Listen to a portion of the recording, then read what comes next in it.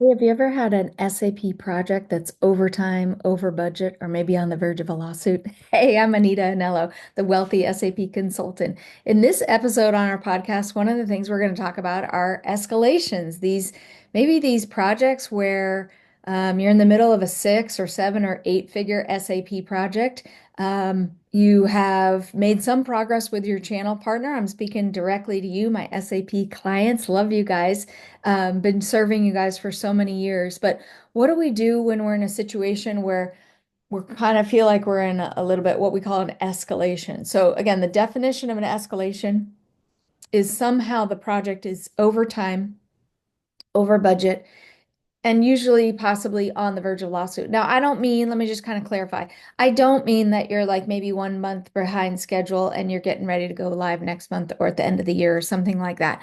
What I typically find is that an escalation project, as a matter of fact, I just finished a big one that was, let me just kind of give you some perspective here. They were $3.6 million over budget in hard costs, not soft costs to the business, and they were 6 years behind schedule. Now, there were a lot, and as you can imagine, on the verge of lawsuit, not talking to one another. The channel partner and the SAP client were not having any conversations. They had stopped all communications with one another.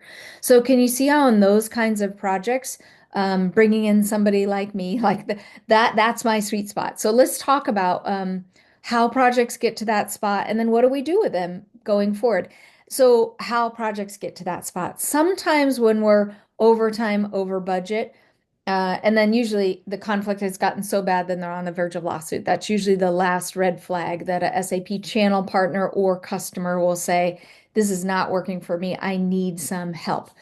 This is what I found when I worked directly for SAP for many years, heading up professional services and doing escalations, and then also on my own and my own consulting organization.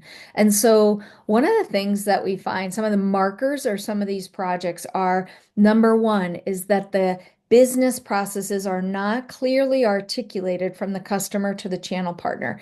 And that can happen for a bunch of different reasons.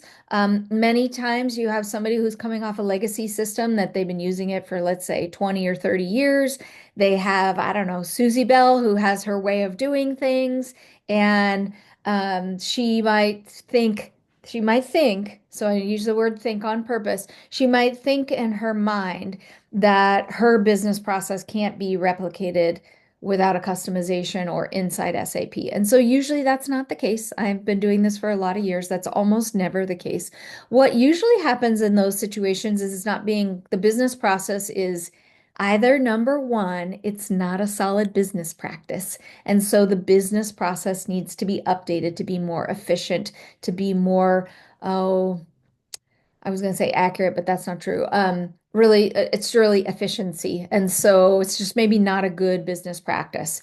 The second thing that can happen is maybe the business practices are not clearly being articulated to the channel partner. That causes a lot of conflict. It causes a lot of delays in many projects. And so oftentimes what we do is we come in and we help those kinds of projects. Maybe they're in a situation where they need to outline the steps. We do step one in a sales order process. I'll use that as an example.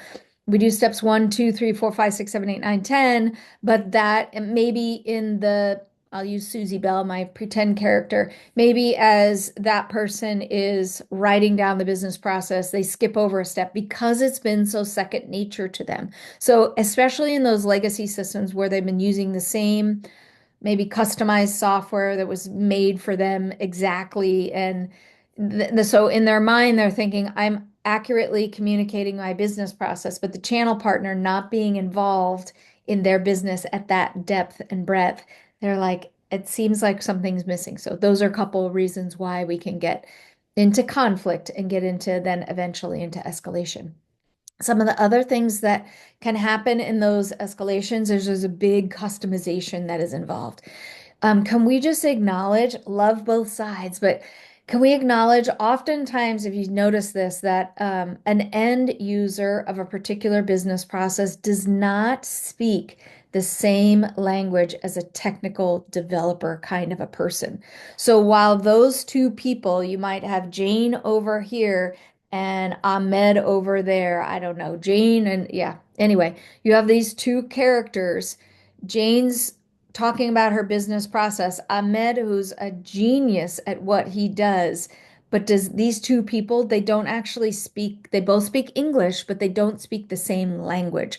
They use different vernacular, they use different phrases, they what one says, the other hears differently. So oftentimes the solution to that is find somebody to be a translator. I often talk to clients and say, oh, I see that you think that you're all saying the same thing, but as a matter of fact, you're not. And so what happens in communication is instead of something being said and something being heard, the message goes out and it kind of like it just misses the mark entirely. It's not understood. And so oftentimes we just need somebody to slide in there and be a translator. That's what I call it.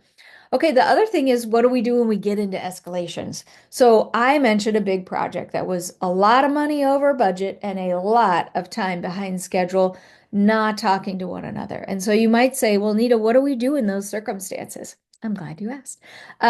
So I go through a process that's actually really straightforward. It's a process that I've cultivated over 20 plus years of working with 10,000 SAP implementations and hundreds of escalation projects over the years. And so here's kind of a high level of what I do. Number one, I get in and assess.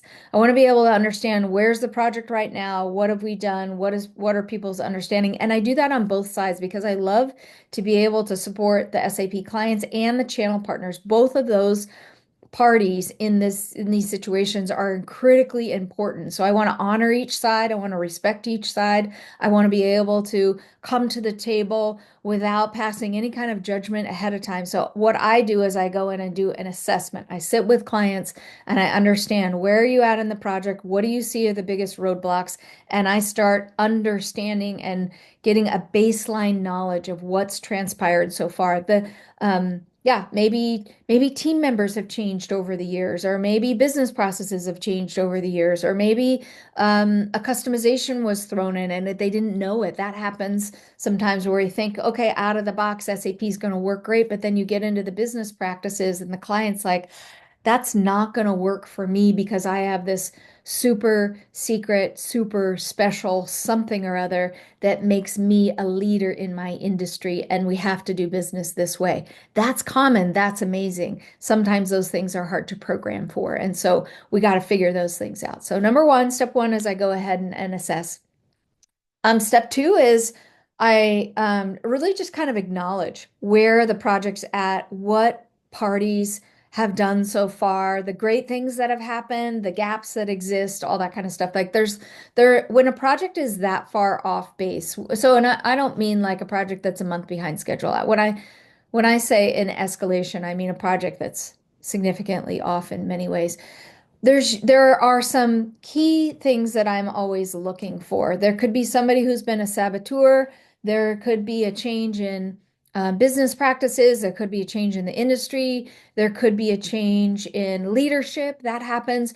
There could be leadership up above that says, yes, this is what we're doing. SAP is the right solution for us, but there's not buy-in down below. So I really want to kind of assess and acknowledge what's happening, acknowledge the wins that have happened, and then where the gaps are to be able to help both the SAP clients and their channel partners start to re-engage and start the conversation again.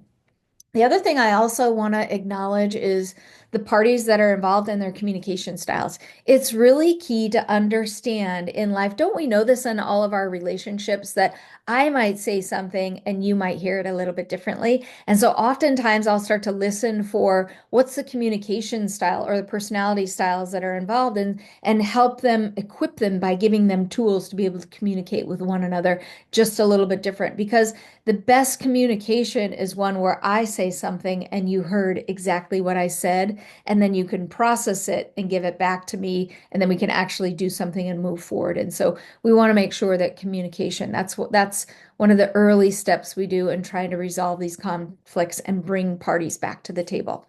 Okay, the other thing that we're going to do is we're going to start aligning the interests again. In a previous video, I talked about some possible ways. There's lots of different ways why we might feel, if you're on the SAP client side or the channel partner side, why you might feel that your interests aren't in alignment, in which case it causes conflict. And so we want to make sure that everybody's aligned again. Ultimately, and all of these projects, what is happening is the channel partner really wants the client to go live. The customer really wants themselves to go live. And so sometimes just realigning, bringing parties back to the table and talking through the process that it takes, because there's conflict resolution that has to happen, there's escalation management that has to happen, there's change management and all of these kinds of projects that has to happen. There's realignment of priorities and tasks and communication styles and all that kind of stuff that has to happen in order for these projects to get back on track and get ready to go live. Okay, there's a couple more steps in there, but just for brevity in this video, one of the last things I love to do is be able to help people take action. So there's not a lot of value in just talking about everything. Really, what we're talking about, especially in these escalation projects, a lot of money, a lot of time has been invested. My biggest role in all of these jobs is to be able to help clients move forward, repair the relationship with their channel partner, respect both sides, and be able to move forward so that our clients, this is what we all want. We want our SAP clients to go live. We want them to get back in revenue generating mode. We want the teams on the client side to stop working two jobs. Don't we know that as we're implementing big, heavy lifting software like SAP, it can feel like for the staff members that they're doing two jobs at once, and that's typically the case. So we want to be able to relieve that pressure of trying to do these two jobs at the same time, and all of that needs action. And so we put together a plan to be able to say, okay, these are the steps that we're going to do to resolve the conflict, help with change management, help with the escalation management, help with the conflict resolution, and then be able to get the project back on track. So again, my name is Anita Anello, the Wealthy SAP Consultant. If this is content that resonates with you, couple things. Love for you to be able to share the podcast, to be able to help other people that are in the midst of an SAP implementation and maybe struggling in some way, shape, or form. And then also down at the bottom, I'm going to go ahead and put a link. If you're an SAP client or a channel partner and you're in one of these kinds of projects, I'm going to invite you into just a call. Go ahead and book a call or chit chat about your project. What are some of the things that are going on? Maybe there's a way that I can help you. So be so blessed as you're listening to this content today. I hope you have actionable items that you can take away, be able to implement and understand how can I look at my project a little bit differently based on what Anita was talking about, and then take one step forward to be able to resolve that conflict and get my project off and moving. So have a great day.